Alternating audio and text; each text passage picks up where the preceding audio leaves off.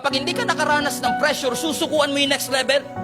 Ibig ko sabihin, every trial, every problem, every challenges is an opportunity to grow. Every problem, opportunity para mag-cleansing.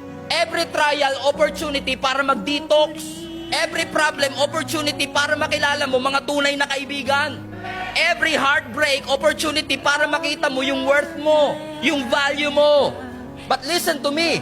Here you go. Satan wants to break you, but God wants you to be flexible. Kapag may pressure, kapag may challenges, ang gusto ni Satan sukuan mo. Ang gusto ng Diyos maging flexible ka. Kasi pagdating ng next level, amen, sometimes God will allow these problems in your life not to break you, but to make you flexible. Ang Diyos hindi nasusurprise. Ang Diyos walang limitation, tayo meron. Pero hindi niya sasabihin, oops, sorry, nasobrahan, sumuko ka tuloy. Hindi ganun ang Panginoon. Ang gusto niya maging flexible tayo. Si Satan ititempt ka, si Lord ititest ka. Ang temptations designed para pabagsakin ka, ang test designed para pumasa ka. Yes, your heart was broken. Yes, you are in pain. Yes, you cried a lot.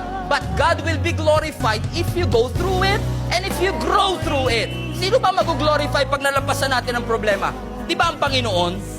Para sabihin natin na, Lord, to you be all the glory. Kasi alam ko, kung ako lang, iniyakan ko nga eh. Nasaktan niya ako eh. Muntik na nga akong sumuko eh. Pero salamat, Panginoon, sinamahan mo kami sa kahit anong panahon. Weeping may endure for a night, but joy comes in the morning. Pansamantala lang.